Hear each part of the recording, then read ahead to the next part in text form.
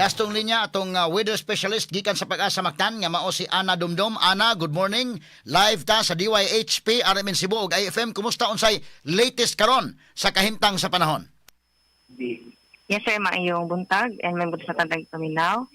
Before ta mag-update sa lokasyon ni Wilma, atong i-share nga kanina tayo heavy rainfall warning na gi-issue sa Visayas. So ang diri sa Sugbo nasa orange rainfall warning, ang northern tip lakip na ang Bantayan Island ug ang midwest antud na northern portion sa Cebu, and ang southern tip sub sa Cebu na paubos sa orange rainfall warning.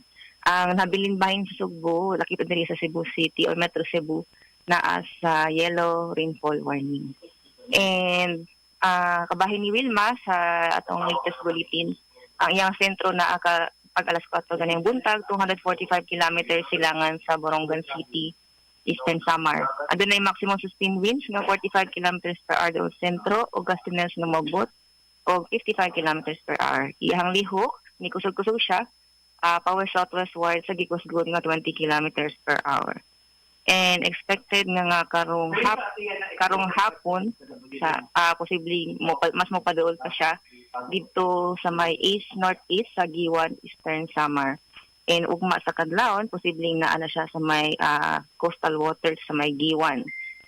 And ugmang adlaw sa hapon posibleng naa siya sa duol sa may Dulag, Leyte.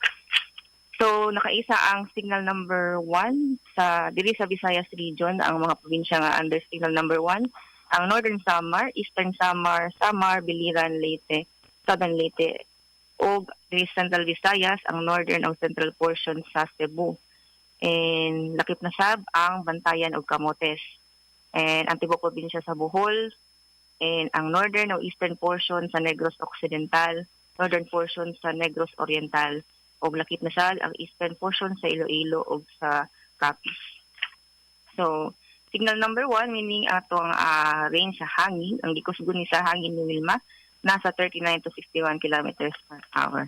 And sa outlook ni Wilma posibleng iyang initial landfall somewhere mo gihapon somewhere may Eastern Visayas or Dinagat Islands dito sa Surigao, and mo padayon siya tabok sa Visayas region antod na sa adlawng Domingo.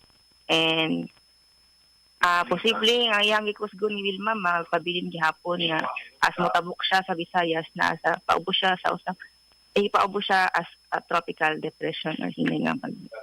And itong next update sa itong bulletin karong alas 8 sa buntag.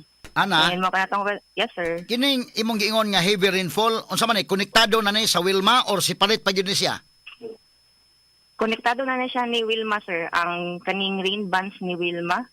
So nag-affect pinakadool ang Eastern Visayas. So actually Eastern Visayas karon ang dakong parte is naka red rainfall warning. So serious flooding atong gina-expectar dito nga mga probinsya. So sa nahabiling bahin diri Central Visayas ug sa Negros Island region is naka either orange or yellow rainfall warning. Okay, yellow or orange. Ang Leyte unsa man? Red sila, yellow or orange? Sorry sir, Ang Leyte ma'am. Yes, ang Leyte sir, ang kaning sa may northern tip is nasa orange, while ang rest takip na ang Ormoc City nasa red rainfall warning, and ang southern Leyte sab naka red rainfall warning. Okay. So kini ni ang mo landfall siya sa atong pagbana-bana nasa Eastern Visayas o Dinagat Island. Doon na ba'y chance siya nga mo landfall sa Cebu area? Based sa atong base sa track sir, ginakita diri naas mo pwede siya mo landfall inig Sabado sa hapon dito sa may Leyte, and then inig kadlaw na sa Domingo makita siya nga mo re-emerge na posibleng moagi siya sa probinsya sa Sugbo sa may northern portion, and mo re-emerge siya sa may kadagatan sa may western portion sa Cebu before siya mo padayon og adto sa may northern portion sa Negros Occidental. So kining uwan-uwan nga ato na sinati karon hangtod ni sa tibok weekend magsigig uwan eh. Yes, sir. Karong adlaw and ini Sabado. Apila sad ang Domingo, although medyo mo improve na ini ka Domingo. Okay. Sa atong balik ko no, ang dinhi sa Cebu lang daan ang northern part sa Cebu apil ang Bantayan Island hasta ang southern part of Cebu. Mo ni ang dunay kusog-kusog nga uwan. Yes, sir. Orange rainfall warning. And kani atong heavy rainfall sa ang gina-issue sa regional division is gina-update ni every 3 hours. So atong next update is karong alas 8 sa buntag. So far sa atong monitoring, labi na karon nga dunay heavy rainfall nga warning. Unsa man ang volume sa tubig nga iyang dadon ani nga bagyong Wilma? Namatay sukod so nga far, makita. Sir, no, so far, sir, is kani magong orange rainfall warning. So kung ang atong so far sir ang ginatan-aw nato is ang radar. Di mo na atong near real time. So every 10 minutes nag-update atong radar. And naapod tay kani mga AWS ug AWOS. So once makita nang somewhere so natay supposedly threshold kung makita na nga somewhere 15 to 30 millimeters of rain. So, diha na mo trigger ang orange rainfall warning. Okay, so for the benefit sa itong mga igsuon nga naminaw na to karon, labi na nga Per hour to siya, sir. na trauma sila gumikan tong bagyong Tino. Ug moingon tag color coding nato, unsa gani pasabot aning red, orange ug yellow? An? Kung diri sa atong 3 hourly heavy rainfall warning sa regional division, sir. So, ang yellow is mo na yung labing ubos.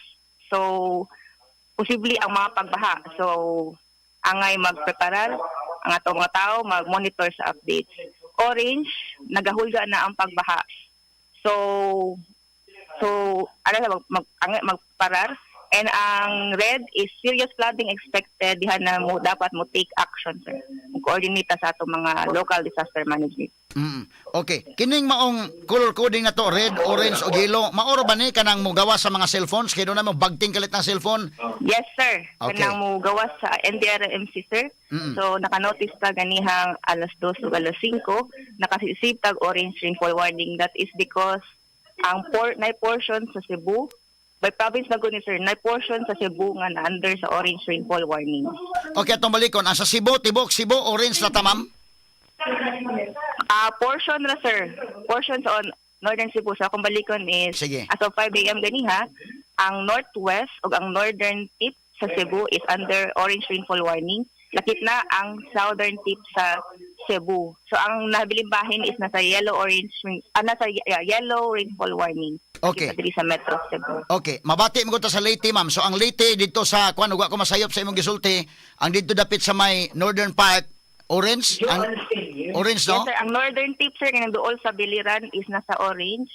And ang nabiling bahin sa Leyte is nasa red rainfall warning. Mas heavy hinoon ang ila diya sa may Ormoc, diya sa may Baybay, diya Yes, sa sir. Maasin. Yes, sir. Okay. Ang Bohol, kumusta ang Bohol, ma'am? Kay mabati mo nitong broadcast dito. Yes, sir. Ang Bohol, lakip na sa probinsya sa Siquijor is nasa yellow rainfall warning, sir. How about ang Negros? Ang portion sa Negros, ang northern o ang southern is nasa orange.